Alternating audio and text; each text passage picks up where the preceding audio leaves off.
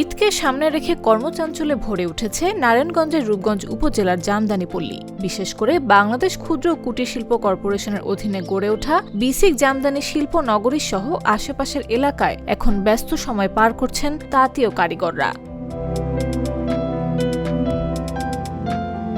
কোথাও সুতা রং করা হচ্ছে, কোথাও কাপড়ে সুতা তোলা, আবার কোথাও কাঠের তাতে ধীরে ধীরে বোনা হচ্ছে নকশা।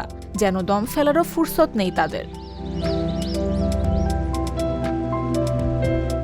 তবে বিশ্বজুড়ে সমাদৃত জামদানি শিল্পের কারিগরদের জীবনের বাস্তবতা অনেকটাই কঠিন। সুতার দাম বৃদ্ধি, ন্যায্য মূল্য না পাওয়া এবং মধ্যস্বত্বভোগীদের দৌরাত্ম্যে অনেক তাঁতি পেশা বদলাতে বাধ্য হচ্ছেন। কয়েক বছর আগে যেখানে প্রায় ৫,০০০ তাঁতি কাজ করতেন, বর্তমানে সেই সংখ্যা কমে ৩,৫০০-এ নেমে এসেছে।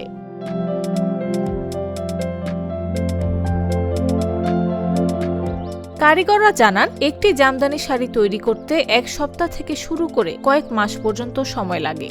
অথচ দীর্ঘ পরিশ্রমের পরও অনেক সময় তারা ন্যায্য মূল্য পান না।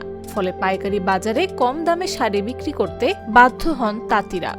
গত ১৭ বছর যাবত এই কাজটা করতেছি, কিন্তু একটা শাড়ি বুনলে আমাদের যে মূল্যটা, ন্যায্য মজুরিটা, এটা আমরা পাই না।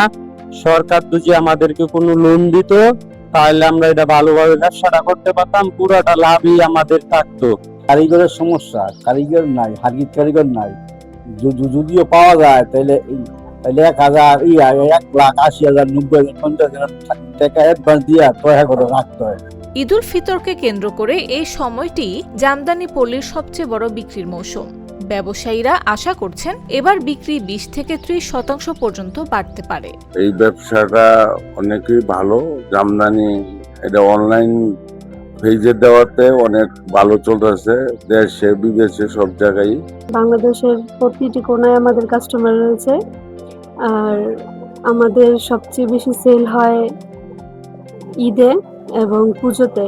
তবে ঐতিহ্যের সূক্ষ্ম সুতোয় বোনা এই শিল্পের আড়ালে লুকিয়ে আছে হাজারো তাঁতির সংগ্রাম, যেখানে স্বপ্নের সঙ্গে লড়াই করে টিকে আছে বাংলার ১০০ বছরের গৌরবময় ঐতিহ্য।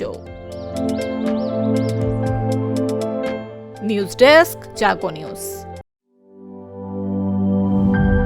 দুধার চকলেটে একাকার হয়ে ওঠা প্রাণ লেয়ার সম্পর্কের মিষ্টি ম্যাজিক।